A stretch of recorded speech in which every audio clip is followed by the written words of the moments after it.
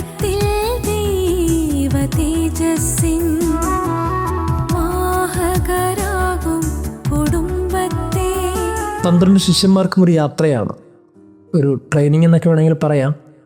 അവരെ സകല പിശാചുക്കളുടെ മേലും അധികാരം നൽകിക്കൊണ്ട് യേശു അവരെ വിടുകയാണ്. രോഗങ്ങൾ സുഖപ്പെടുത്താനും ദൈവരാജ്യത്തിൻ്റെ സുവിശേഷം പ്രസംഗിക്കാനുമായിട്ടാണ് യാത്ര. ഈ യാത്രക്കിടയിൽ അവർ ഒത്തിരി കാര്യങ്ങൾ ചെയ്യാനായിട്ട് യേശു ആവശ്യപ്പെടും. അതിലൊരു കാര്യം ഇതാണ്: നിങ്ങൾ ഏത് വീട്ടിൽ പ്രവേശിക്കുന്നുവോ അവിടെ താമസിക്കുക. ഒരു വീടിന് എന്തിനാണ് ഇത്രമാത്രം പ്രാധാന്യം ക്രിസ്തു കൊടുത്തത്? നിങ്ങൾ ആരുടെയും സ്വന്തമല്ല എന്നൊക്കെ പഠിപ്പിക്കുന്ന വലിയൊരു ധ്യാനത്തിനിടയിൽ ഏതോ ഒരു വീട്ടിൽ നിങ്ങൾ പ്രവേശിച്ചാലും ആ വീട്ടിൽ അവിടെ തന്നെ താമസിക്കണമെന്ന് യേശു പറയാൻ കാര്യം എന്താണ്? ഒരുപക്ഷെ വീട് ബന്ധങ്ങളുടെ മാത്രം ഇടമല്ല, അവിടെ ദൈവ സാന്നിധ്യത്തിനും കൂടി ഇടമാണ്.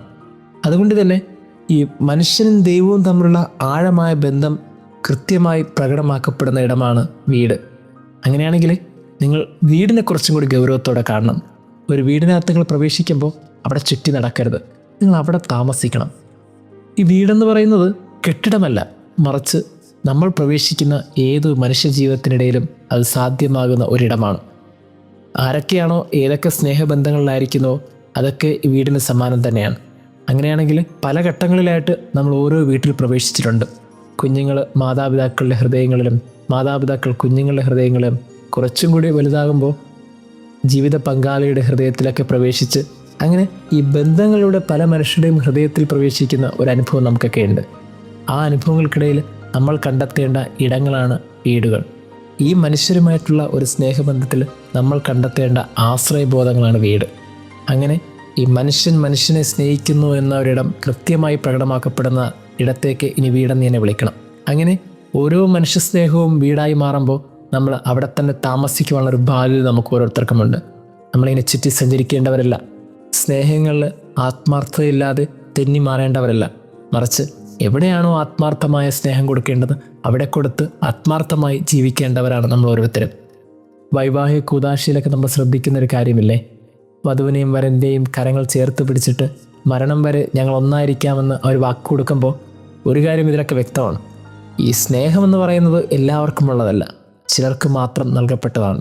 നമ്മുടെ സ്നേഹം അങ്ങനെ എല്ലാവർക്കും ഒരുപോലെ ഡിവൈഡ് ചെയ്ത് കൊടുക്കേണ്ടതുമല്ല, മറിച്ച് അതിലിപ്പോൾ ഒരു പ്രയോറിറ്റി സെറ്റ് ചെയ്യണമെന്ന് യേശു എന്ന് പറയും.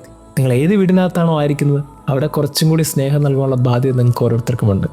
അങ്ങനെയാണെങ്കിൽ നമ്മളായിരിക്കുന്നിടത്ത് എന്തുമാത്രം നമ്മൾ വിശ്വസ്തത പുലർത്തുന്നുണ്ട്, നമ്മളുടെ സ്നേഹബന്ധങ്ങൾ എന്തുമാത്രം ആത്മാർത്ഥത നമ്മൾ പുലർത്തുന്നുണ്ട്, തെന്നി മാറാത്ത കുതറി മാറാത്ത ഒരു സ്നേഹം നമ്മൾ എന്തുമാത്രം ഹൃദയത്തിൽ സൂക്ഷിക്കുന്നുണ്ട്. ആ സൂക്ഷിപ്പ് കൂടിയാണ് ഓരോ സുവിശേഷ പ്രഘോഷണത്തിൻ്റെയും മാനദണ്ഡം. ദൈവം നമ്മെ അനുഗ്രഹിക്കട്ടെ.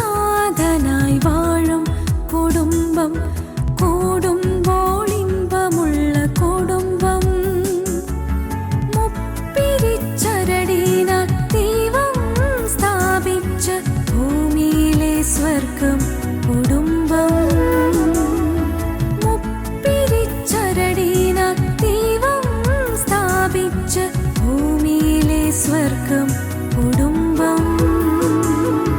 കുടുംബം കൂടുമ്പോൾ ഇമ്പമുള്ള കുടുംബം, ദൈവം സ്ഥാപിച്ച കുടുംബം. കുടുംബം കൂടുമ്പോൾ ഇമ്പമുള്ള കുടുംബം, ദൈവം സ്ഥാപിച്ച കുടുംബം.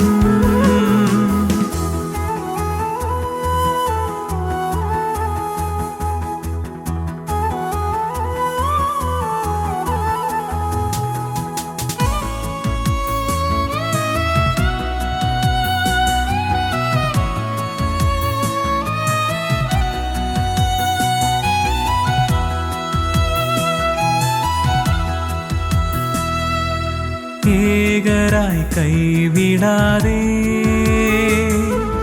നരനിൽ നിന്നും നാരിയെടുത്തു തക്ക തുണയേകി ദൈവം. നരനിൽ നിന്നും നാരിയെടുത്തു തക്ക തുണയേകി ദൈവം. കുടുംബം കൂടുമ്പോൾ ഇമ്പമുള്ള കുടുംബം, ദൈവം സ്ഥാപിച്ച കുടുംബം.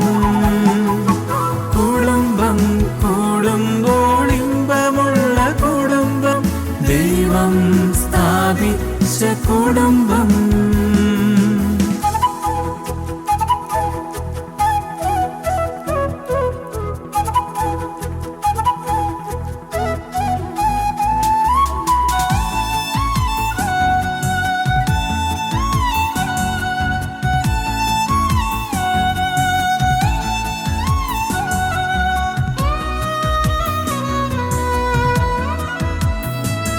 തന്നസ്ഥിയിൽ നിന്നുള്ള അസ്ഥിയെന്നും തന്മാംസത്തിൽ നിന്നുള്ള മാംസമെന്നും തിരിച്ചറിഞ്ഞവർ ദൈവസന്നിധിയിൽ ഒരു ദേഹിയാ. കുടുംബം കൂടുമ്പോൾ ഇമ്പമുള്ള കുടുംബം, ദൈവം സ്ഥാപിച്ച കുടുംബം. കുടുംബം കൂടുമ്പോൾ ഇമ്പമുള്ള കുടുംബം, ദൈവം സ്ഥാപിച്ച കുടുംബം.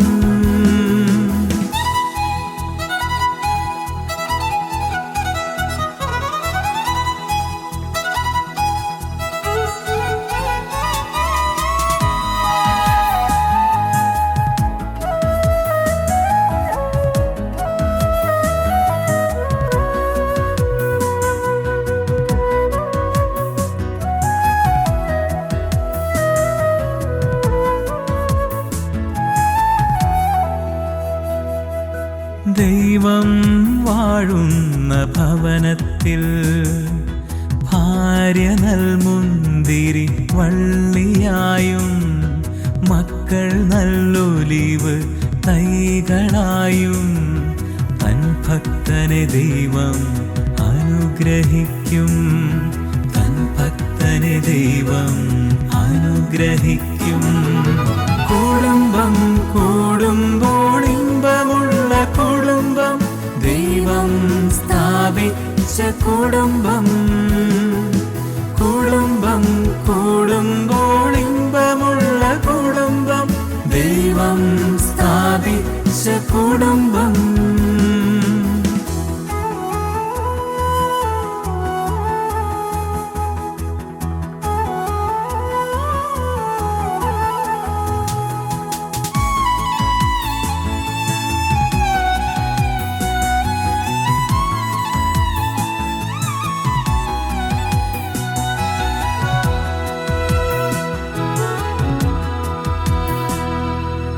ഇഹത്തിൽ ദൈവതേജസ്സിൻ